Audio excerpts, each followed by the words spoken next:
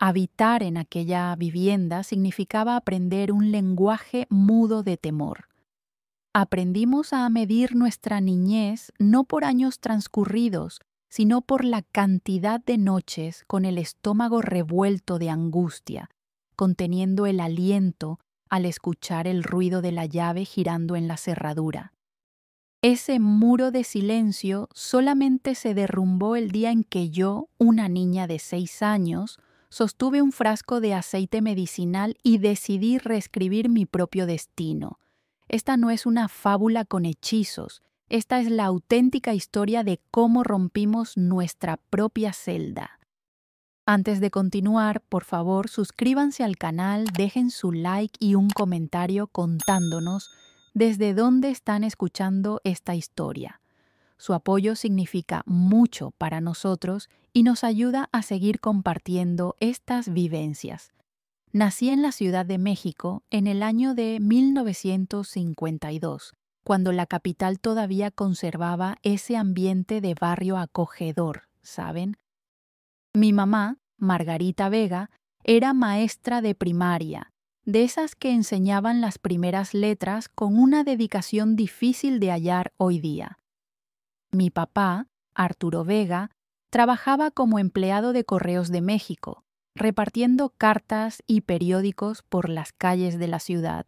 Éramos una familia modesta, pero jamás nos faltó lo indispensable.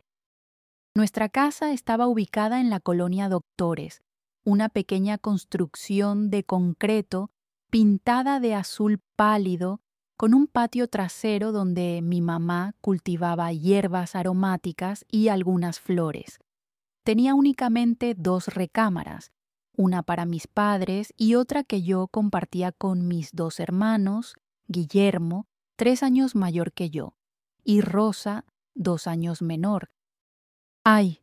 Qué complicado era compartir ese espacio tan reducido. Sin embargo, cuando eres niño, puedes convertir cualquier rincón en un universo completo, ¿verdad?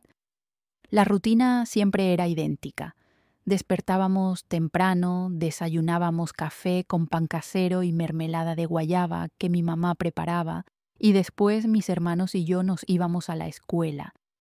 Recuerdo el uniforme azul marino con cuello blanco, las calcetas hasta las rodillas y la mochila de piel café que mi papá me regaló cuando inicié la primaria.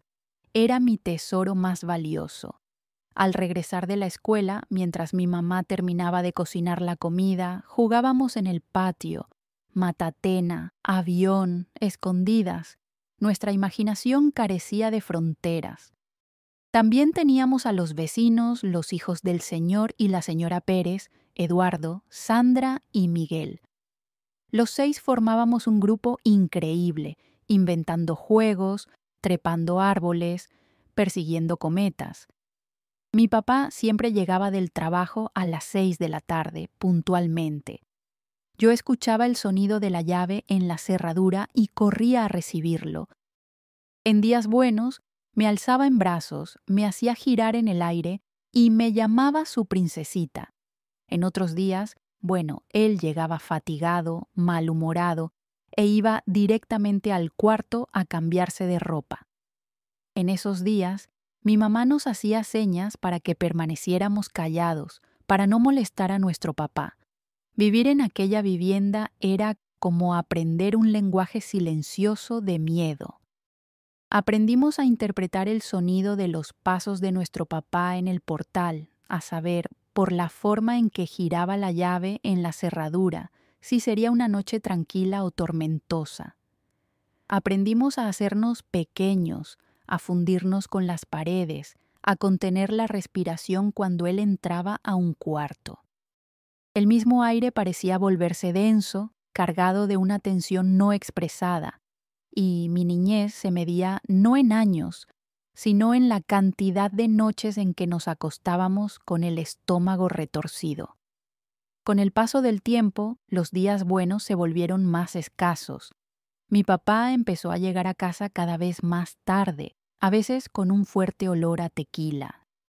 En noches como esas, mi mamá nos mandaba al cuarto muy temprano. pero aún con una almohada sobre la cabeza, yo podía escuchar las discusiones, las palabras ásperas, a veces el sonido de objetos rompiéndose. En una mañana de domingo, cuando yo tenía 9 años, desperté con un ruido en la cocina. A diferencia de lo normal, no era el aroma de café recién hecho lo que llenaba la casa, sino una atmósfera pesada y tensa. Me levanté de puntitas y fui a espiar. Mi mamá estaba recargada en la estufa con el rostro enrojecido y un vendaje improvisado en la ceja. Mi papá, sentado a la mesa, bebía café en silencio, como si nada hubiera ocurrido. Fue ese día que vi a mi mamá llorar por primera vez, no frente a él, sino oculta detrás del fregadero del lavadero, pensando que no había nadie cerca. Me quedé paralizada, sin saber qué hacer. Una niña de 9 años no comprende realmente estas cosas, pero las siente. Y, cómo sentí una opresión en el pecho, un deseo de proteger a mi mamá, aunque sin saber cómo. En la escuela, yo era una alumna aplicada, siempre con las mejores calificaciones. Mi profesora, la señorita Albright, decía que yo tenía un talento especial para dibujar y me animaba a participar en concursos de arte. Fue ella quien me dio mi primer conjunto de lápices de colores. No eran los simples, sino un estuche de 24 colores Prismacolor que yo guardaba como un tesoro. Dibujar se convirtió en mi refugio, mi manera de escapar de la realidad cuando se volvía demasiado pesada para que una niña la cargara. Mi hermano Guillermo creció y se volvió cada vez más parecido a nuestro papá, no solo en apariencia, sino también en temperamento. Cuando cumplió 14 años ya era casi tan alto como mi papá y empezó a repetir algunos de los comportamientos que veía en casa. Recuerdo una ocasión en que rompió el juguete de Rosa a propósito, solo porque ella no quiso prestárselo a un amigo suyo. Cuando ella lloró, él se rió de la misma forma que mi papá lo hacía cuando mi mamá estaba triste. Los domingos en familia, que deberían ser días de alegría, eran los que más temía. Mi papá bebía desde temprano, mientras veía béisbol en el televisor blanco y negro que compramos en 1965, cuando los Dodgers ganaron la Serie Mundial. Cualquier error de mi mamá, un platillo mal cocinado, una camisa mal planchada, se convertía en motivo para gritos. Nosotros, los niños, nos amontonábamos, dibujando o jugando en silencio en nuestro cuarto, intentando volvernos invisibles. Así fue como crecí, entre el miedo y la esperanza. Miedo de lo que pudiera suceder cuando la puerta se cerrara, esperanza de que algún día las cosas cambiarían. En medio de todo eso, encontré en el dibujo y los colores una manera de darle color a un mundo que frecuentemente parecía demasiado gris para una niña. Quizás por eso, incluso ahora, a los 73 años, los lápices y las plumas son mis compañeros inseparables. Ellos me rescataron cuando más necesitaba ser rescatada. Cuando cumplí 13 años, en 1965, mi vida comenzó a transformarse. Ya no era una niña. Me estaba convirtiendo en una joven, y eso parecía molestar aún más a mi papá. Las normas se volvieron más estrictas. Ya no podía jugar en la calle con los muchachos. No podía usar ropa que él considerara llamativa, y para él, cualquier vestido con un color más vivo ya era motivo de escándalo. Una muchacha decente no anda exhibiéndose, decía, golpeando la mesa. La adolescencia es difícil para cualquiera, pero para mí era como caminar en un campo minado.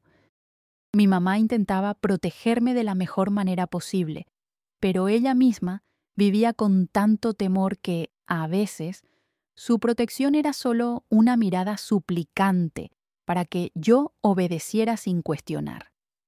Recuerdo el día de mi graduación de primaria. Estaba muy emocionada. Había logrado ser la mejor alumna de la clase y la escuela me iba a entregar un certificado de honor. Pasé la semana entera soñando con ese momento, imaginando a mis padres orgullosos en la audiencia.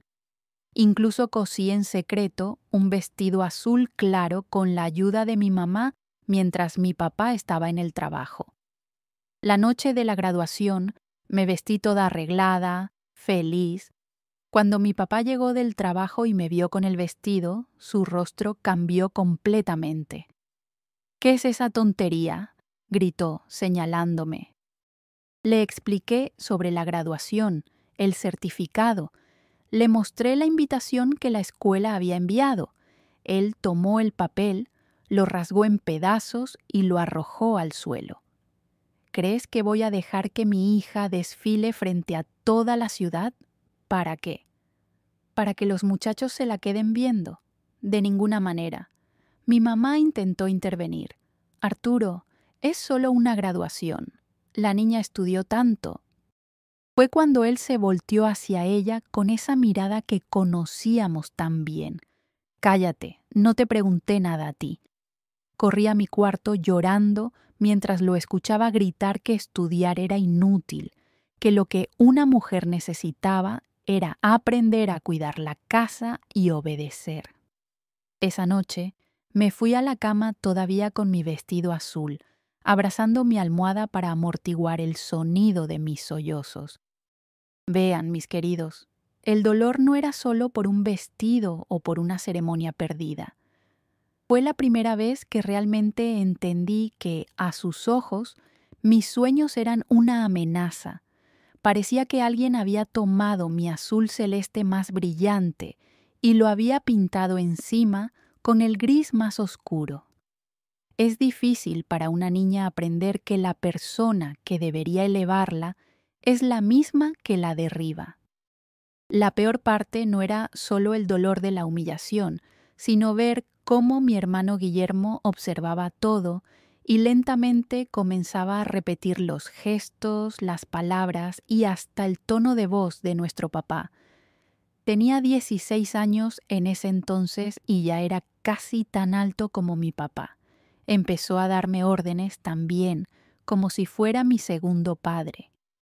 Ve a lavar mi ropa, limpia mi cuarto y, si me quejaba, corría a contarle a mi papá que yo estaba siendo irrespetuosa. Mi hermana Rosa, por ser más pequeña, todavía no sufría tanto, pero yo veía en sus ojos el mismo miedo que yo sentía. Intenté protegerla de la mejor manera posible, haciendo sus tareas en secreto, inventando excusas cuando ella hacía algo mal. Era como si hubiéramos creado un pequeño sistema de supervivencia dentro de aquella casa. La escuela se convirtió en mi único refugio. Allí yo podía ser yo misma, al menos por algunas horas. Mi profesora, la señorita Albright, percibió mi talento para el dibujo y comenzó a darme materiales especiales y libros sobre arte. Ella notó que algo no estaba bien. Tal vez por los dibujos sombríos que yo hacía, siempre con pequeñas figuras escondidas en las esquinas bajo grandes sombras amenazadoras. Un día, ella me llamó después de clase. «Eli, tus dibujos son muy expresivos», dijo ella, hojeando mi cuaderno de arte. Se detuvo en un dibujo de un pequeño pájaro dentro de una jaula oscura y fuertemente enrejada. «Percibo que sueles dibujar cosas que están atrapadas, ocultas o pequeñas, frente a grandes sombras. Hay una historia aquí, una historia poderosa, aunque no estés lista para contarla». Sentí un nudo en la garganta, una ola de calor detrás de los ojos. Quería contarle todo, pero la regla de mi papá era ley. Lo que sucede dentro de casa se queda dentro de casa. Forcé una sonrisa y murmuré que era solo mi estilo artístico. Ella me miró con una comprensión que iba más allá de mis palabras. No insistió, pero antes de que me fuera, me dio un nuevo cuaderno con tapa dura y páginas gruesas. «Esto es para las historias que no puedes contar», dijo suavemente. El papel es un oyente paciente y seguro. Déjalo guardar tu verdad hasta que estés lista. A veces, el mayor acto de bondad no es resolver el problema de alguien, sino simplemente darle a esa persona un lugar seguro para colocar su dolor.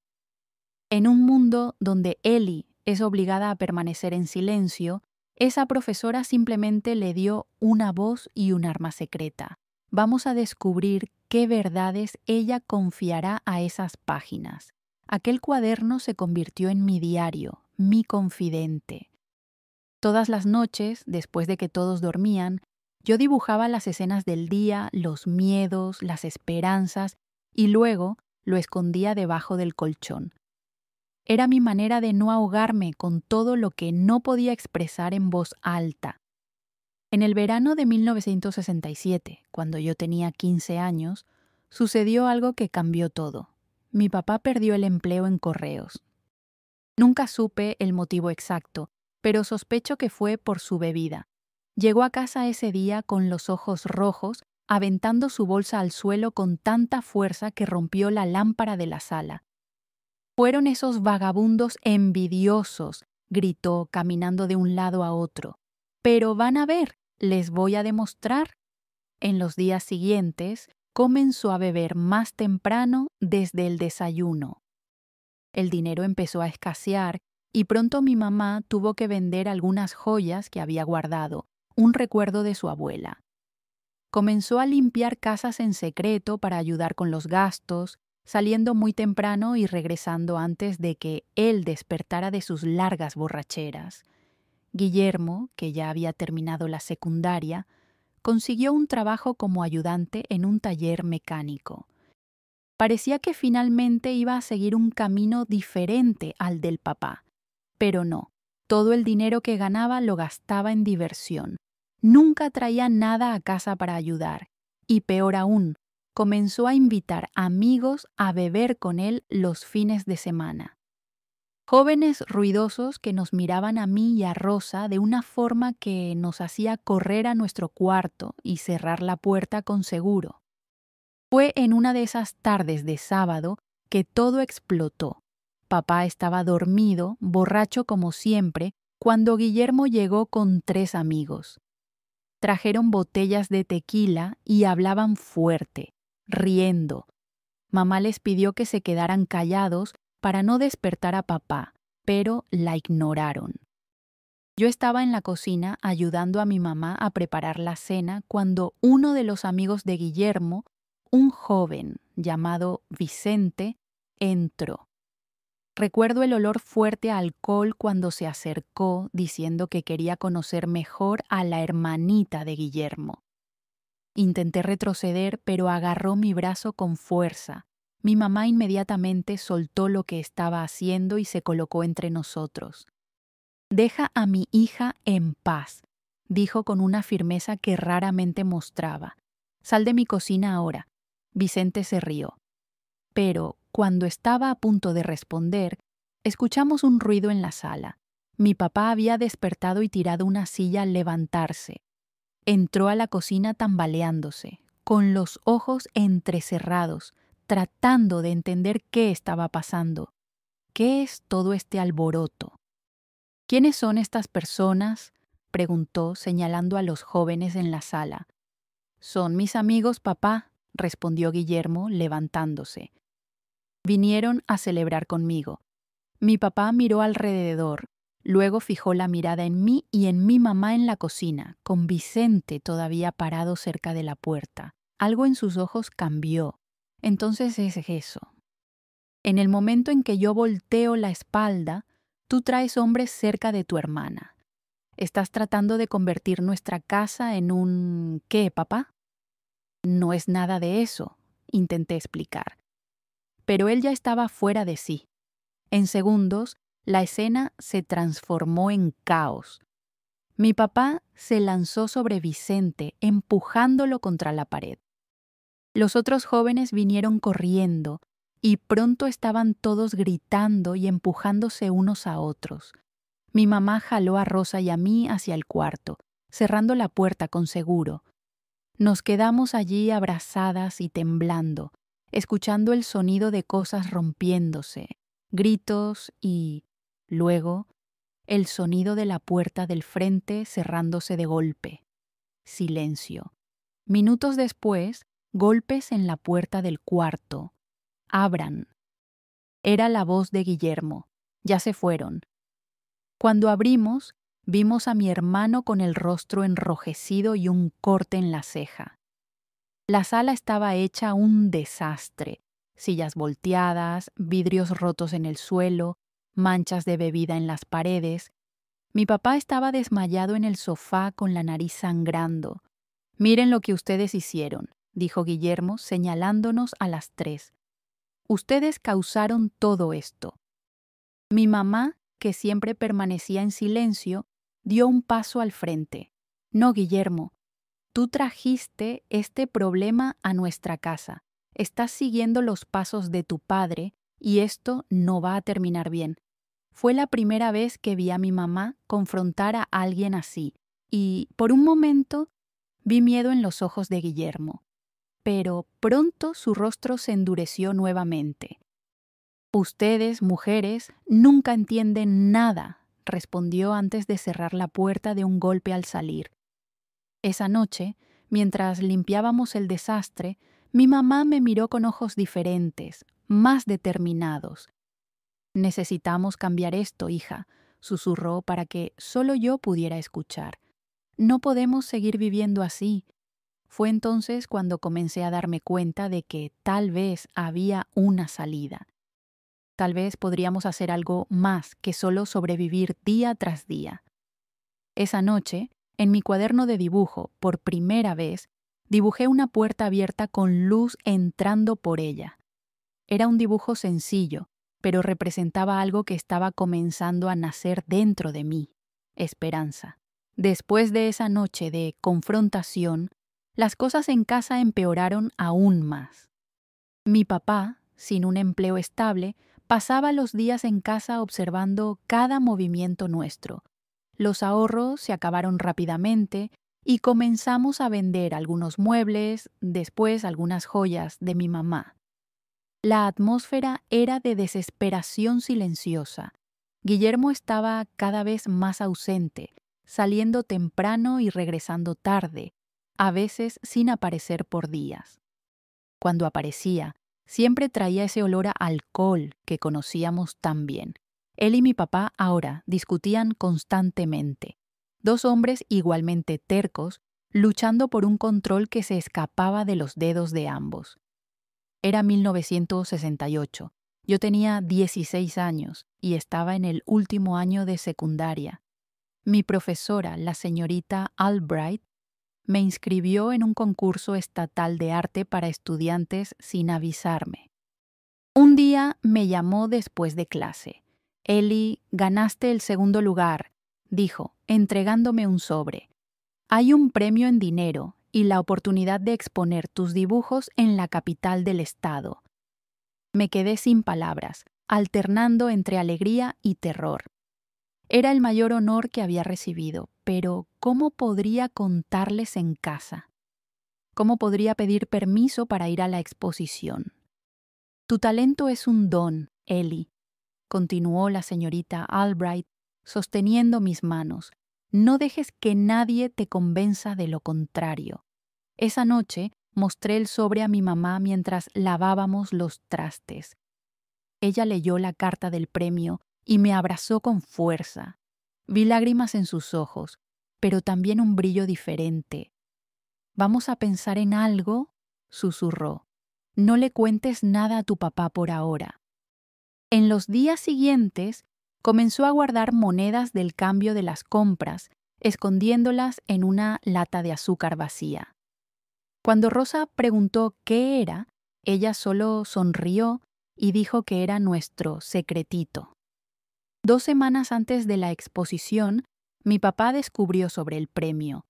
Alguien del vecindario comentó: «Debe estar muy orgulloso de su hija artista, señor Vega». Eso fue suficiente. Llegó a casa esa tarde y fue directo a mi cuarto, revolviendo los cajones hasta encontrar el sobre y la carta del premio. ¿Qué es esto?, gritó, agitando el papel en mi cara. ¿Has estado exhibiéndote por la ciudad sin mi permiso? Intenté explicar que era solo un concurso escolar, pero no quiso escuchar. Rasgó la carta en pedazos y la arrojó al suelo. Mientras vivas bajo mi techo, obedecerás mis reglas, gritó. Ya basta de esa tontería de dibujar. Tienes edad suficiente para aprender cosas útiles. Mi mamá, al escuchar los gritos, vino corriendo. Arturo, es solo un concurso escolar. Tiene talento. Los profesores lo reconocieron. Fue cuando él se volteó hacia ella con una mirada que nunca voy a olvidar. ¿Sabías de esto? ¿Estabas ocultando esto de mí? Y antes de que ella pudiera responder, vi su mano levantarse. El sonido de la bofetada resonó por toda la casa. Es terrible ver el espíritu de una persona joven ser aplastado por la misma persona que debería estar fortaleciéndolo. En este momento parece que toda la esperanza está perdida para Ellie. Pero a veces los momentos más oscuros vienen justo antes de un destello de rebeldía. Entonces, continuemos escuchando para ver si ella logra encontrar esa chispa. Mi mamá cayó contra la pared, sosteniéndose el rostro. Corrí a ayudarla, pero mi papá me empujó.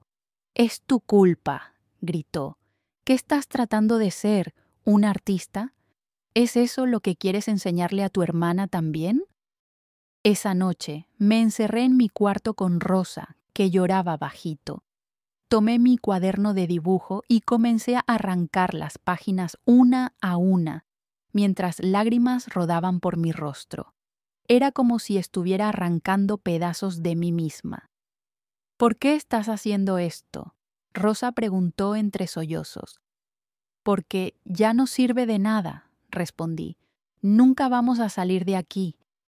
Destruir lo único que amas con tus propias manos. Es una sensación terrible. Era como arrancarme mi propia lengua porque no tenía permiso para hablar. Si mis dibujos, mi única voz, podían causar tanto dolor a mi mamá, entonces prefería quedarme en silencio para siempre. En ese momento, realmente creí que la oscuridad había ganado, pero mi mamá tenía otros planes. Al día siguiente apareció en mi cuarto mientras yo arreglaba las camas. «No tires tus dibujos», dijo, entregándome un nuevo cuaderno. «Escóndelo bien, continúa dibujando. Nadie puede quitarte eso». Había algo diferente en ella, una determinación que nunca había visto antes. «Voy a encontrar una manera de que vayas a esa exposición», continuó en voz baja. «Tu papá va a viajar a Querétaro la próxima semana para buscar trabajo en la fábrica de autopartes del primo. Estará fuera por 3 días. El plan era simple. Mientras mi papá estuviera fuera, yo iría a la exposición con mi profesora, la señorita Albright, que se ofreció a acompañarme. Mi mamá cuidaría de Rosa e inventaría una excusa si Guillermo aparecía. Pero las cosas raramente salen como se planean. La víspera del viaje de mi papá, Guillermo llegó a casa borracho en medio de la noche. Escuché ruidos viniendo de la sala y me levanté para ver qué estaba pasando. Mi hermano estaba desmayado en el sofá con un corte en el rostro. Mi papá estaba de pie gritando algo sobre honor familiar y ser el hombre de la casa. Aparentemente, Guillermo se había involucrado en una pelea de cantina por una muchacha. «Eres igual a mí», dijo mi papá, señalando con el dedo. «Tienes la misma sangre caliente, pero nunca serás un hombre de verdad si no aprendes a controlar tu casa». Entonces, para mi horror, comenzó a enseñarle a Guillermo a imponerse. «Una mujer es como un perro, hijo. Si no muestras quién manda desde el principio, ellas toman el control. Mira a tu mamá allí. Ya está intentando dar órdenes, ocultando cosas de mí. Y tu hermana, pensando que es una artista». Volví a mi cuarto en silencio, sintiendo un nudo en el estómago. El viaje fue cancelado, Por supuesto, mi papá decidió que no podía salir de casa sin control. La exposición sucedió sin mí y el premio en dinero, que nunca llegó a mis manos, probablemente fue embolsado por la escuela. En las semanas siguientes, la tensión en casa era palpable. Mi papá observaba cada movimiento de mi mamá con desconfianza. Una noche, lo vi registrando los cajones de ella, buscando algo. Cuando encontró la lata con las monedas guardadas, su rostro se puso rojo de rabia. Confrontó a mi mamá en la cocina, aventando las monedas al suelo. ¿Qué es esto? ¿Para qué estabas guardando dinero? ¿Para huir? ¿Para abandonarme? Ella negó. Dijo que solo estaba guardando para emergencias, pero él no le creyó. La discusión se intensificó y pronto los gritos se transformaron en sonidos de una lucha. Corrí a la cocina a tiempo de ver a mi papá sosteniendo a mi mamá del cabello, forzándola a arrodillarse. ¡Basta!, grité tratando de alejarlo. «¡Déjala en paz!». Me empujó con tanta fuerza que caí contra la estufa, golpeándome la cabeza. Todo se volvió borroso por un momento. Cuando logré enfocar nuevamente, vi a mi mamá siendo arrastrada hacia el cuarto. La puerta se cerró con un estruendo y los sonidos que siguieron. Todavía hoy tengo pesadillas con eso. Rosa vino corriendo, asustada por el ruido.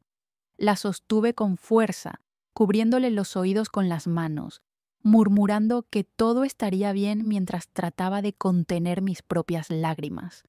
A la mañana siguiente, mi mamá apareció en la cocina con el rostro hinchado y un corte en el labio.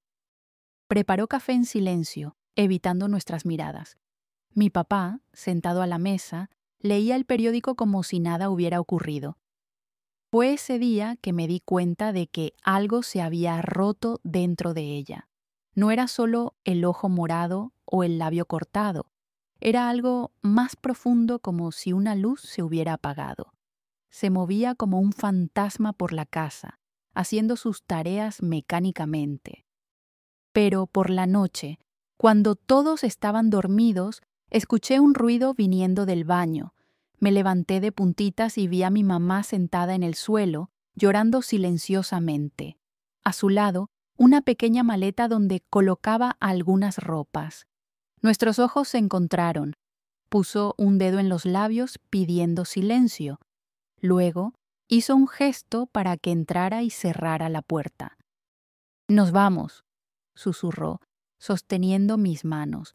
«Tú, yo y Rosa no podemos quedarnos más aquí». Mi corazón se aceleró. «¿A dónde? ¿Cómo?» «Tengo una prima en Cuernavaca», explicó. «Puede hospedarnos por un tiempo hasta que encontremos un lugar». Ahorré un poco de dinero con mis trabajos de limpieza. No es mucho, pero es suficiente para los boletos. La idea de huir era al mismo tiempo aterradora y liberadora. ¿Y si mi papá nos encontrara? ¿Y si Guillermo viniera detrás de nosotras? ¿Y si no funciona?, pregunté con la voz temblorosa. Mi mamá sostuvo mi rostro entre las manos. ¿Y si nos quedamos aquí? ¿Crees que va a mejorar? Un día puede matar a una de nosotras. Eli, no puedo arriesgarme, no puedo ver más cómo sufres así. Planeamos todo en secreto en los días siguientes. Mi mamá vendió su anillo de matrimonio a un vecino por una fracción de su valor. Yo escondí mis dibujos y algunas fotos dentro de un libro escolar. Rosa fue instruida para no mencionar nada a nadie. La fecha elegida fue el 15 de septiembre de 1968, un domingo. Mi papá siempre iba a la cantina después de la comida del domingo y solo regresaba por la noche, generalmente borracho. Guillermo raramente aparecía los domingos, sería nuestra mejor oportunidad. Pero esa mañana de domingo, mientras preparábamos la comida, fingiendo que todo estaba normal, Guillermo llegó inesperadamente. Parecía nervioso, agitado. Pidió hablar con nuestro papá en privado. Los dos se encerraron en el cuarto por casi una hora. Cuando salieron, mi papá parecía furioso. Tomó su chamarra y cerró la puerta de un golpe al salir, sin decir a dónde iba. Guillermo se quedó, sentado a la mesa de la cocina, observándonos con ojos sospechosos. «¿Qué pasó?», preguntó mi mamá, tratando de sonar casual. «¿Ocurrió algo?». Guillermo dio una sonrisa extraña. «Nada de que te preocupes, mamá, pero mi papá me pidió que vigilara la casa hoy. Dijo que ustedes han estado actuando muy raro últimamente. Mi sangre se heló. ¿Sabía? ¿Había descubierto nuestros planes?». Las horas siguientes fueron las más largas de mi vida. Guillermo no salía de la sala, controlando cada uno de nuestros movimientos. Cuando intenté ir a mi cuarto a buscar un libro, insistió en venir conmigo. La maleta que habíamos escondido debajo de la cama estaba parcialmente visible. Vi sus ojos entrecerrarse, pero no dijo nada. De vuelta a la sala, se sentó cerca de la puerta como un guardia. «¿Sabes, mamá?», dijo casualmente. «Papá me dijo que encontró parte de tus ahorros. Dijo que has estado escondiendo dinero». «¿Para qué?», me preguntó. Mi mamá, lavando platos en el fregadero, respondió sin voltearse. «Para emergencias, hijo. Sabes cómo han estado las cosas difíciles». «¿Emergencias?», repitió con una sonrisa sarcástica. «Como huir de casa, por ejemplo». El plato que mi mamá sostenía se resbaló y se rompió en el fregadero. El silencio que siguió fue ensordecedor. «¿Creen que somos idiotas?», Guillermo continuó, levantándose. «¿Creen que no noté la ropa doblada en el closet, arreglada para llevar? La maleta debajo de la cama, los susurros por la noche». Se acercó a mi mamá, que permanecía de espaldas a él, paralizada. «Papá tiene razón. No eres confiable. Necesitas ser controlada». Fue en ese momento que me di cuenta de que no habría escapatoria. Ese día, nuestro plan había sido descubierto y ahora estábamos en peligro aún mayor. Vi en los ojos de Guillermo el mismo brillo peligroso que tantas veces vi en los ojos de mi papá, como si un ciclo terrible se repitiera, pasando de padre a hijo como una enfermedad. Esa noche, nuestro papá regresó. Guillermo debe haberle contado todo, porque en el momento en que entró por la puerta, su furia era una fuerza física en la sala. No gritó. Fue peor. Se movió con una calma aterradora, tomando la maleta de debajo de mi cama y vaciando su contenido en el suelo. Nuestras pocas ropas, mi cuaderno de dibujo escondido, las fotos preciosas. Con una sonrisa cruel, tomó el libro de dibujos, mi único escape, y lentamente lo rasgó, página por página, justo frente a mí. «¿Creen que pueden irse?», se burló con la voz baja y amenazadora. «Esta casa es su mundo, y yo soy el dios de ella. Tener la libertad tan cerca, solo para que te la arrebaten, es un tipo único de crueldad». Parece que las paredes finalmente se cerraron sobre ellos para siempre, pero cuando no puedes escapar por la puerta tienes que encontrar otra salida, incluso si eso significa romper la cerradura. Permanezcan con nosotros para ver qué sucede después. A partir de ese día, quedamos prisioneras en nuestra propia casa. Él cerraba las puertas con llave por la noche y se quedaba con la llave. Mi mamá fue prohibida de salir de casa, incluso para comprar provisiones. Las paredes parecían cerrarse y el aire se volvía pesado con amenazas no dichas. La esperanza que habíamos cultivado cuidadosamente fue aplastada, reemplazada por una desesperación sofocante. Lo peor era el silencio. Mi mamá nos hacía señas para permanecer calladas, para no molestar a nuestro papá. Un silencio pesado cargado de miedo y resentimiento, donde palabras no dichas eran más amenazadoras que cualquier grito. En ese octubre de 1968, comenzó a enfriarse más temprano en la Ciudad de México. El viento del norte cortante, que venía con su fuerza implacable, parecía reflejar el hielo que se había instalado dentro de nuestra casa. Las ráfagas golpeaban contra las ventanas por la noche con un gemido triste, como si la propia naturaleza lamentara nuestra situación. En una noche particularmente fría, cuando todos ya estaban dormidos, escuché un llanto ahogado viniendo del cuarto de mis padres. Un sonido diferente del habitual, más profundo, más doloroso. Me levanté de puntitas, con el piso de madera crujiendo ligeramente bajo mis pies descalzos. A través del pasillo oscuro, llegué a la puerta de madera y miré por la rendija. Mi mamá estaba sentada en la orilla de la cama, bajo la luz tenue de la lámpara, aplicando una compresa fría en el rostro. Cuando giró la cabeza ligeramente, tuve que cubrirme la boca para no gritar. Su ojo derecho estaba morado, hinchado y casi cerrado, con una mancha oscura extendiéndose por el pómulo. En la comisura de la boca, un hilo de sangre seca.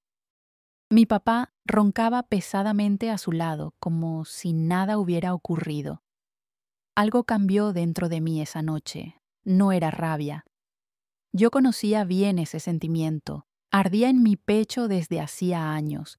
Era una certeza fría y calmada, como agua congelada en un lago profundo, de que necesitábamos hacer algo o no sobreviviríamos por mucho más tiempo en esa casa. Cuando regresé a mi cuarto, no pude dormir. Me quedé mirando el techo descascarado, contando las manchas de humedad, hasta que una idea comenzó a tomar forma. Tomé mi cuaderno de dibujo de debajo del colchón y, en lugar de las escenas tristes de siempre, casas abandonadas, pájaros enjaulados, figuras solitarias, comencé a esbozar un plan. Los trazos del lápiz en el papel parecían susurrar una posibilidad que nunca había considerado antes. Ya no era más una huida, era un enfrentamiento, un punto de quiebre. A la mañana siguiente, mientras preparaba el desayuno con las manos todavía temblorosas por la noche sin dormir, escuché a mi papá quejándose de la rodilla en la sala, con su voz grave de siempre, pero con una nota aguda de dolor que no era común. «Esa maldita cosa duele cada vez más», refunfuñó, masajeando la pierna estirada en el sofá gastado. «Parece que tiene alfileres y agujas adentro. Voy a usar ese aceite que el farmacéutico me dio. Ese aceite, la cura milagrosa que mencionaba constantemente, se guardaba en el baño como un tesoro, un frasco de vidrio grueso con una etiqueta de papel amarillento desteñido. Era un tipo de lubricante para articulaciones que aplicaba todas las noches antes de dormir, algo que el farmacéutico de la calle había recomendado. El olor fuerte a medicina, una mezcla de alcanfor y eucalipto, permeaba toda la casa, un aroma que yo había aprendido a asociar con momentos de tregua, porque cuando su rodilla no dolía, su humor mejoraba un poco. Cuando salió al trabajo, había conseguido un empleo como vigilante nocturno en una fábrica de zapatos del otro lado de la ciudad. Esperé que el portón se cerrara y él desapareciera en la esquina. Con el corazón acelerado, llamé a mi mamá y a Rosa a la cocina. «Tenemos que hacer algo», susurré, mirando por la ventana para asegurarme de que estábamos solas. Coloqué mi cuaderno abierto sobre la mesa, mostrándoles mi dibujo. No era una obra de arte, solo un boceto simple del frasco de aceite y un tubo de pegamento con flechas indicando la mezcla. Mi mamá, con el rostro todavía hinchado y un moretón morado alrededor del ojo, miró sin entender.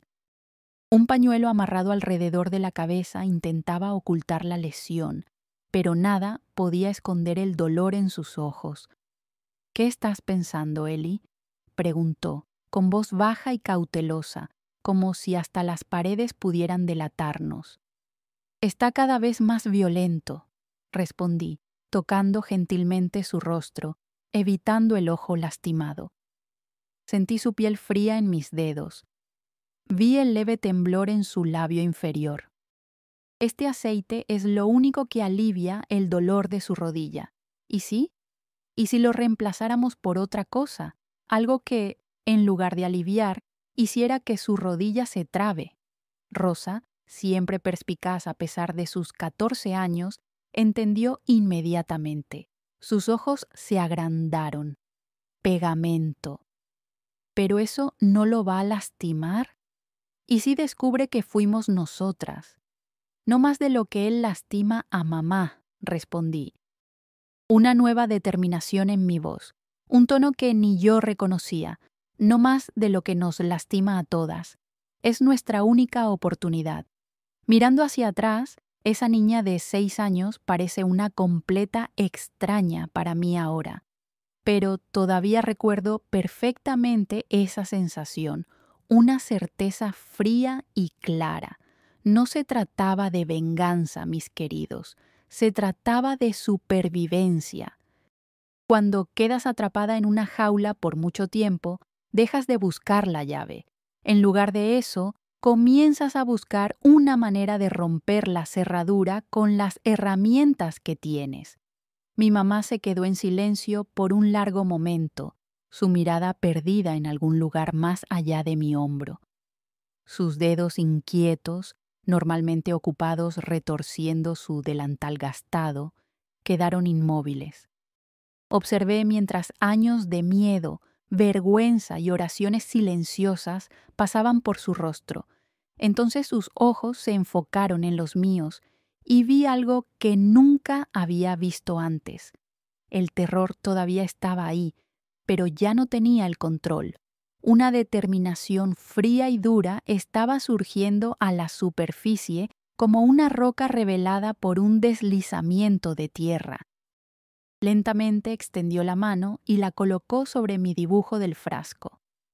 Durante años recé por un milagro para salvarnos, susurró, con la voz ronca de lágrimas no derramadas. Creo que tenemos que convertirnos en nuestro propio milagro. Finalmente asintió con la cabeza, los ojos fijos en los míos con una intensidad aterradora. Tenemos que tener cuidado, fue todo lo que dijo. Pero en esas 4 palabras, los cimientos de nuestra prisión comenzaron a agrietarse, y con eso la línea fue cruzada. No hay vuelta atrás para Eli y su mamá ahora. Acaban de acordar un plan tan peligroso que un solo error podría llevar a consecuencias mucho peores que todo lo que ya han pasado. El plan era simple, pero arriesgado. Necesitábamos pegamento. No cualquier pegamento, sino uno que se mezclara bien con el aceite, que fuera transparente y lo suficientemente fuerte para endurecer durante la noche. En la papelería cerca de la escuela, usando el dinero que había ahorrado vendiendo pequeños dibujos a los compañeros de clase, compré un tubo de pegamento transparente, del tipo usado para manualidades, que seca lentamente pero queda extremadamente duro. La vendedora, la señora Díaz, me miró con curiosidad cuando pedí el producto más fuerte que tuviera. ¿Para qué es, querida? ¿Un proyecto de la escuela?, preguntó mientras envolvía el tubo en papel craft. Un regalo para mi papá, respondí evitando su mirada. Le gusta reparar cosas. Por la tarde, mientras mi papá dormía profundamente, trabajaba en el turno de la noche y dormía profundamente durante el día, y Guillermo estaba fuera con sus amigos. Nosotras 3 entramos silenciosamente al baño.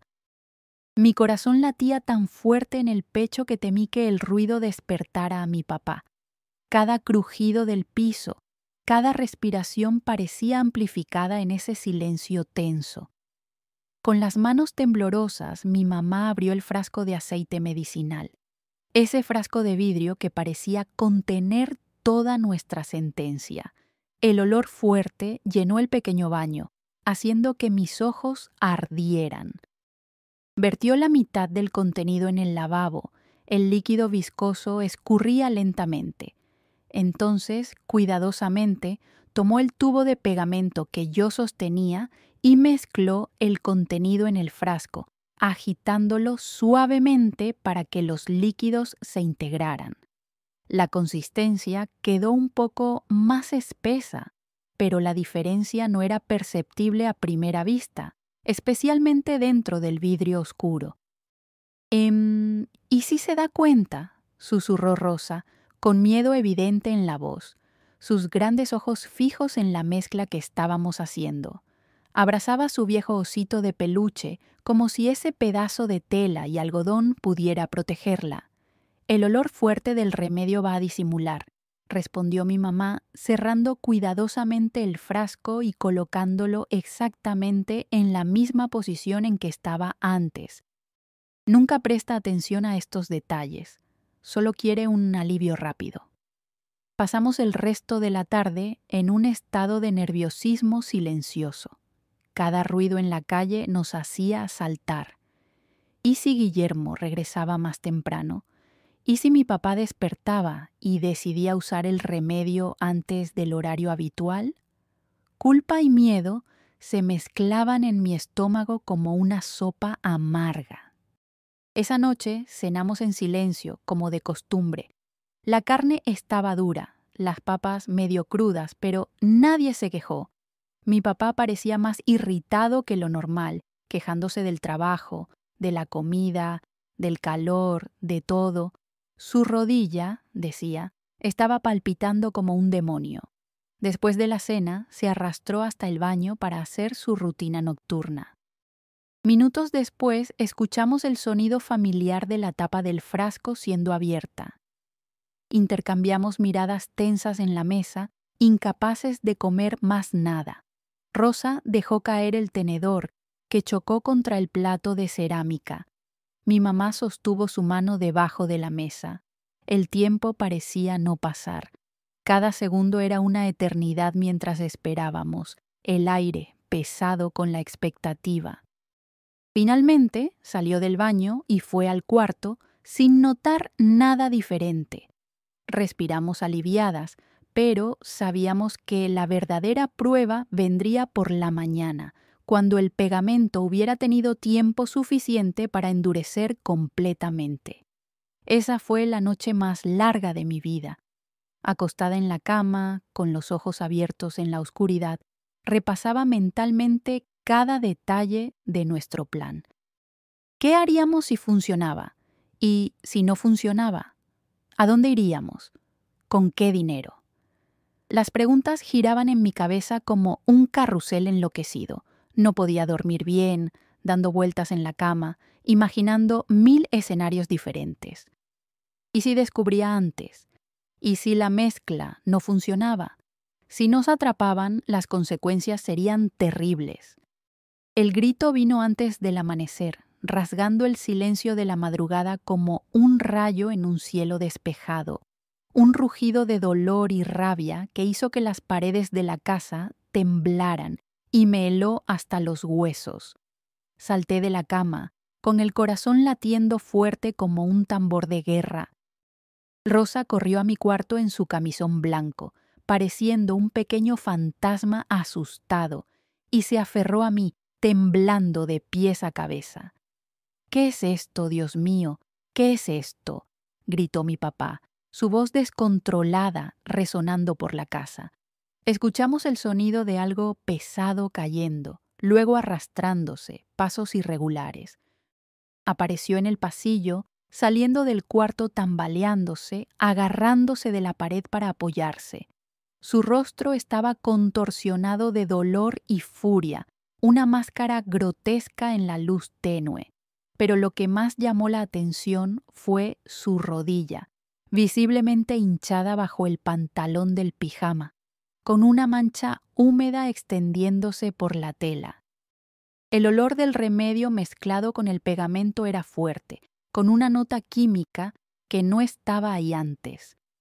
«¿Qué hicieron?», rugió, avanzando por el pasillo como un animal herido, arrastrando la pierna rígida. Mi mamá salió del cuarto, amarrándose la bata en la cintura.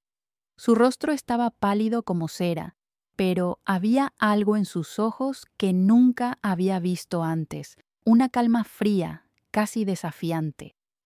¿De qué estás hablando, Arturo?, preguntó, con una voz sorprendentemente firme. Avanzó hacia ella, cojeando pesadamente, con el rostro rojo de rabia. No te hagas la tonta. Alguien alteró mi remedio. Está pegajoso. Mi rodilla está ardiendo y no puedo doblar la pierna. Fue entonces que algo inesperado ocurrió. En lugar de retroceder, como siempre hacía, mi mamá dio un paso al frente, posicionándose firmemente en medio del pasillo. ¿Cómo puedes estar seguro? Tal vez el farmacéutico vendió un producto malo, o tal vez, y aquí su voz asumió un tono que nunca había escuchado antes, es solo tu cuerpo cobrando todos los años de maldad. La audacia de su respuesta lo tomó por sorpresa. Por un segundo vi la duda cruzar su rostro, un destello de confusión en sus ojos rojos, pero pronto la rabia volvió, multiplicada como un fuego golpeado por el viento. Mentirosa. Fuiste tú, ¿verdad? Tú y esas dos. Ustedes tres están conspirando contra mí. Les voy a enseñar quién manda en esta casa. Intentó agarrarla del brazo, levantando la mano para golpear, pero, al dar un paso al frente, su rodilla cedió completamente. El pegamento había endurecido durante la noche, cementando la articulación como concreto, con un grito de dolor que sonó más como un aullido animal. Cayó al suelo como un árbol derribado, golpeándose la cabeza en la esquina de la mesa del pasillo, con un golpe seco y alarmante. En un único momento impactante, el monstruo que aterrorizaba sus vidas fue derribado no por una gran fuerza, sino por su valentía silenciosa. El poder en la casa acaba de cambiar drásticamente. Pero, ¿qué haces cuando la persona que te mantiene cautiva está indefensa a tus pies? Todo sucedió muy rápido después de eso.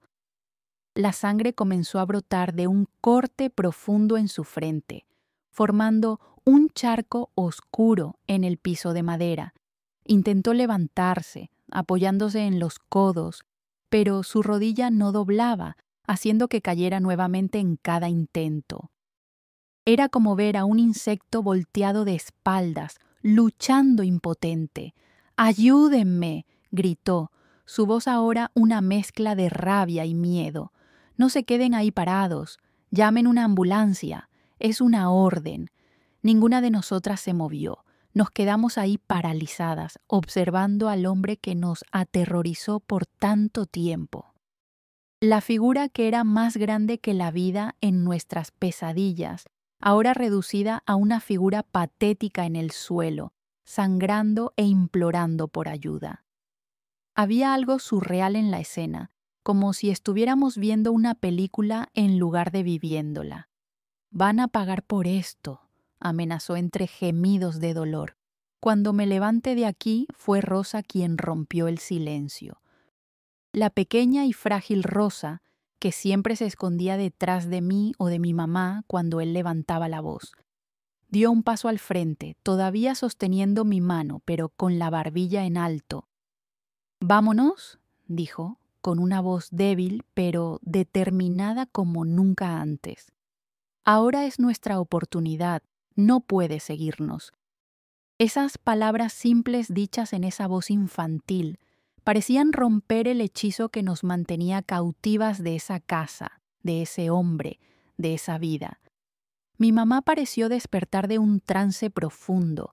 Sus ojos se iluminaron con una decisión repentina, como si todas las dudas hubieran sido barridas por un vendaval. «Lleven solo lo esencial», dijo, con la voz temblando levemente, pero firme. «Tenemos 5 minutos». En algunos minutos frenéticos, tomamos las pocas cosas que habíamos preparado para nuestra huida anterior. Algunas ropas dobladas, a las prisas, los documentos importantes que mi mamá guardaba en una lata de galletas en el fondo del closet, el dinero que logró esconder nuevamente después de que Guillermo lo descubriera. Coloqué mi cuaderno de dibujo dentro de la blusa, contra el pecho. Era mi bien más preciado. Mientras tanto, mi papá permanecía en el suelo del pasillo, la sangre formando un halo escarlata alrededor de su cabeza. Sus gritos se habían transformado en porfavores, intercalados con amenazas. Margarita, no puedes hacer esto. Soy tu esposo. Las niñas son mis hijas. Me debes obediencia. Cuando mejore, van a ver. Antes de salir, mi mamá se acercó a él, algo nuevo en su mirada. No era odio ni miedo, sino una determinación tranquila, casi solemne. Por primera vez en años lo miró con desdén en lugar de lo contrario. Tú nos dejaste así por años, Arturo, dijo, con voz clara y calmada, sangrando por dentro, implorando por misericordia. Ahora es tu turno. Que Dios tenga más piedad de ti de la que tuviste de nosotras. Esas fueron las últimas palabras que él escucharía de ella. Al salir por la puerta, dejan atrás una vida entera de miedo. Pero escapar de la casa es una cosa, escapar de las memorias es otra. Su jornada está lejos de terminar. De muchas maneras está apenas comenzando. Vamos a escuchar cómo se desenvuelve la nueva vida de Eli. Salimos por la puerta del frente sin mirar hacia atrás, mientras sus gritos se volvían más débiles, más desesperados. Esa primera respiración de libertad fue la cosa más extraña. Durante años, cada respiración que daba en esa casa parecía prestada, como si no fuera realmente mía, pero esa mañana, parada en la acera, llené mis pulmones y sentí que era mía. La sensación era al mismo tiempo aterradora y maravillosa, como una página en blanco después de una vida entera teniendo que dibujar en la oscuridad. La calle estaba desierta a esa hora de la mañana, el cielo comenzando a aclararse en el horizonte con tonos de rosa y dorado. En la acera sentí el aire fresco de la mañana llenar mis pulmones y nunca había parecido tan dulce, tan embriagante. Era el sabor de la libertad. Caminamos rápidamente, casi corriendo, nuestras largas sombras extendiéndose frente a nosotras bajo el domingo que amanecía. No dijimos nada hasta llegar a la terminal de autobuses, donde mi mamá compró 3 boletos para Cuernavaca, con las manos todavía temblorosas, la pequeña ciudad donde vivía su prima Beatriz. Mientras esperábamos el autobús en la banca fría de la terminal casi vacía, pregunté a mi mamá, ¿y Guillermo? ¿Nos va a buscar cuando llegue a casa?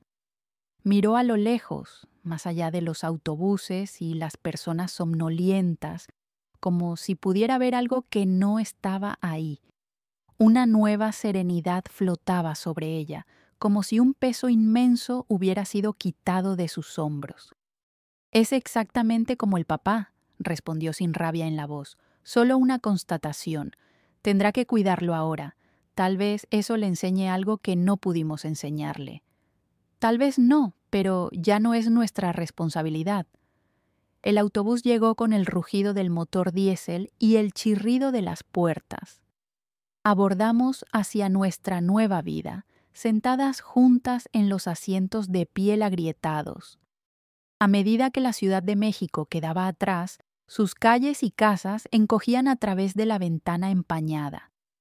Miré a mi mamá por primera vez en años. Las líneas tensas alrededor de su boca se habían suavizado. Rosa se había dormido, con la cabeza apoyada en el regazo de mi mamá, una expresión pacífica en el rostro que no veía desde que era niña. No era felicidad lo que sentía en el pecho. Todavía no. Era un sentimiento frágil y vacío. La sensación que se tiene en un miembro después de quitar el yeso.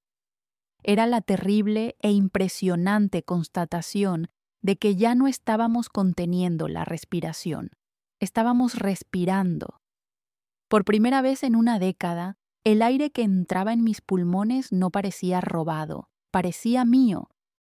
Mi último dibujo en ese viejo cuaderno, hecho durante el viaje mientras el autobús sacudía por las carreteras, mostraba 3 mujeres de manos tomadas caminando hacia el sol naciente en el horizonte. Sus figuras eran solo siluetas sin rostros detallados, pero sus cuerpos estaban erguidos, sus cabezas estaban en alto. No era perfecto. Las líneas temblaban con el movimiento del autobús. Las proporciones estaban un poco mal, pero capturaba perfectamente lo que sentíamos en ese momento. Esperanza. No una esperanza ingenua, sino una que nace después de la tormenta, más fuerte porque conoce la oscuridad. Nuestra llegada a Cuernavaca ocurrió en octubre de 1968. Bajamos del autobús exhaustas, cargando solo una maleta con nuestras pocas ropas y mi cuaderno de dibujo. La terminal era pequeña, apenas una sala de espera con un mostrador de boletos. Beatriz, prima de mi mamá, nos recibió con los brazos abiertos en su casa amarilla cerca de la iglesia. Viuda hacía 5 años, vivía sola, dando clases particulares a niños y vendiendo frutas de su pequeño huerto en el mercado del domingo. Se quedarán aquí por el tiempo que necesiten, dijo, apretando nuestras manos con firmeza. Los primeros días vivíamos con miedo. Cada golpe en la puerta nos hacía pensar que era mi papá o Guillermo buscándonos, pero con el paso de las semanas comenzamos a relajarnos. Un mes después de nuestra llegada, recibimos noticias. Mi papá estaba hospitalizado. La caída causó un coágulo sanguíneo en su cerebro y su rodilla quedó permanentemente dañada. Mi mamá encontró un empleo como ayudante en un pequeño taller de ropa, mientras yo regresé a la escuela para terminar mis estudios. Fue ahí que conocí a la profesora Davenport, que enseñaba arte y percibió mi talento para el dibujo. «Tienes un don, Ellie», dijo, hojeando mi cuaderno. «Necesitamos desarrollarlo». La profesora Davenport era diferente de todas las personas que había conocido. Era una mujer independiente que viajaba sola, tenía su propio auto y hablaba varios idiomas. Comenzó a darme clases extras de dibujo después del horario escolar, prestándome libros y materiales. En 1970, con su impulso, participé en un concurso estatal de arte y gané el primer lugar con un dibujo que mostraba 3 mujeres saliendo de las sombras hacia la luz. El premio incluía una beca de estudios para la escuela del Instituto de Arte de la Ciudad de México. Al principio me aterré con la idea de volver a una ciudad grande y si encontraba a mi papá o a mi hermano. Pero la profesora Davenport me convenció. No puedes dejar que el miedo controle tu vida para siempre. Ellie, esta es tu oportunidad. Después de mucha discusión, mi mamá aceptó. Ella y Rosa se quedarían en Cuernavaca, donde ya estaban bien establecidas, mientras yo estudiaba en la Ciudad de México, viviendo en un dormitorio estudiantil que la profesora Davenport me ayudó a encontrar. En agosto de 1970, a los 18 años, me fui a la Ciudad de México. Ya no como una niña asustada, sino como una joven artista con un futuro por delante. Durante mis 4 años de estudio, evité los antiguos barrios. Finalmente descubrí que mi papá había fallecido en 1971 debido a complicaciones derivadas de la herida en la cabeza. Guillermo se había mudado al interior después de algunos problemas con la ley. Con mi graduación en 1974, conseguí un empleo como profesora de arte en una escuela en Cuernavaca. Regresé para estar cerca de mi mamá y de Rosa, trayendo conmigo no solo un diploma, sino la certeza de que había roto el ciclo de violencia que marcó a nuestra familia por tanto tiempo. El arte, que comenzó como mi refugio, evolucionó para convertirse en la base de mi nueva vida. A través de él, fui capaz no solo de sobrevivir, sino de encontrar belleza en un mundo que, por mucho tiempo, solo me mostró su lado más sombrío. Hoy, a los 73 años, vivo una vida tranquila aquí en Cuernavaca. Quien me ve ahora, con mis cabellos blancos y manos desgastadas por el tiempo, tal vez no imagine el recorrido que hice para llegar hasta aquí, pero cada arruga en mi rostro cuenta una historia de lucha y superación. Después de graduarme y regresar a Cuernavaca como profesora, dediqué mi cuerpo y mi alma a la enseñanza de arte. Transformé el pequeño salón que me dieron en la escuela municipal en un espacio de creación y libertad.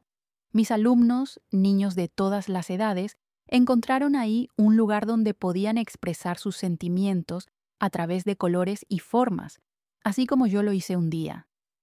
En 1977 conocí a Samuel, un carpintero que vino de Puebla para trabajar en la remodelación de la iglesia. Tenía manos ásperas debido al trabajo arduo, pero ojos gentiles que reflejaban un alma buena. Nuestro acercamiento fue lento, lleno de vacilación de mi parte. El miedo de confiar, de entregarme, todavía estaba arraigado en mí. Pero Samuel fue paciente, respetando mi tiempo y mis silencios.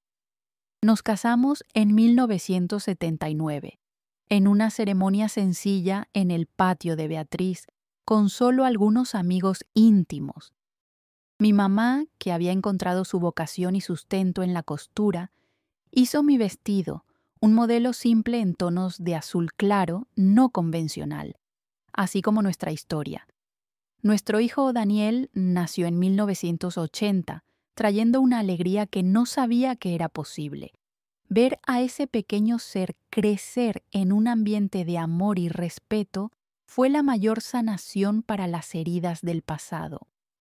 Me prometí a mí misma que él nunca conocería el tipo de hogar en que yo crecí. Y cumplí esa promesa. Mi mamá Margarita vivió con nosotros hasta 2005, cuando falleció pacíficamente durante el sueño, a los 78 años. En sus últimos años era una mujer diferente. Sonreía más, cantaba mientras cosía, jugaba con el nieto. La sombra del miedo había sido reemplazada por una paz que tanto merecía. Rosa se casó con un comerciante local y tuvo 2 hijas. Vive a solo 3 cuadras de mi casa y nos visitamos casi diariamente. El domingo por la tarde el café es sagrado. Ella trae el pastel, yo preparo el café y pasamos horas conversando sobre todo y nada. Nunca más supe de Guillermo. Me enteré de que se casó, tuvo hijos y después se mudó al norte del país. A veces me encuentro pensando en él, no con rabia, sino con una especie de tristeza por lo que pudo haber sido. Él también fue una víctima, a su manera, de un ciclo de violencia que venía repitiéndose por generaciones. Hoy ocupo mis días entre mi estudio en el fondo de la casa, un regalo de Samuel por mi cumpleaños 60 y mis clases de dibujo para los niños de la comunidad. Aunque me retiré de la enseñanza formal, no puedo dejar de enseñar. Ver el brillo en los ojos de un niño al crear su primer dibujo me recuerda del poder transformador del arte. Mi cuaderno de dibujo de aquella época difícil todavía existe, guardado en una caja especial. A veces, mis nietas piden verlo y yo se los muestro. Quiero que sepan que no toda historia tiene un comienzo bonito. Les digo que aquellas líneas temblorosas y asustadas de tanto tiempo atrás son la base de todos los dibujos confiados y coloridos que creo hoy. Nos recuerda que el lugar donde comienzas no tiene que ser el lugar donde terminas. A veces abro el cuaderno para recordar de dónde vine y cuánto he evolucionado. Los trazos temblorosos de aquella niña asustada evolucionaron hacia las pinceladas confiadas de la mujer que me convertí.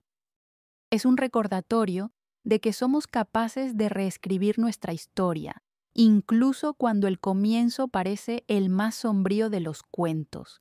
Las noches en Cuernavaca son calmadas, especialmente ahora en otoño. Me siento en el portal con Samuel, observando las estrellas aparecer una a una en el cielo. Siento una profunda gratitud por la vida que construimos. No es una vida sin desafíos o tristezas que existen, pero es una vida en que el amor prevaleció sobre el miedo, en que la libertad conquistó el cautiverio. Y cuando mis nietas, hijas de Daniel, vienen a visitarnos, trayendo sus propios dibujos para mostrarme, sé que el ciclo fue roto. Están creciendo, sabiendo lo que es ser amadas y respetadas, conociendo el valor de su propia voz. Ese tal vez sea mi mayor legado. Mirando aquel viejo cuaderno de dibujo, me di cuenta de que el viaje del perdón no ocurrió de la noche a la mañana. Por muchos años, luché contra la rabia que sentía por mi papá, no para disculparlo, sino para liberar mi propia alma. El perdón no es borrar el pasado, sino elegir no dejar que estrangule más mi presente. También aprendí a ver a Guillermo, no solo como aquel que continuó la crueldad, sino como otra víctima de ese ciclo. Las cicatrices todavía están ahí, como líneas marcadas en un dibujo, pero ya no duelen. Son un recordatorio de dónde comencé y de la fuerza que encontré para dibujar una vida completamente nueva. El viaje de sanación de cada persona es único. Y si quieren unirse a mí para explorar más historias sobre el poder del arte y del renacimiento, no olviden suscribirse al canal. Gracias por escuchar.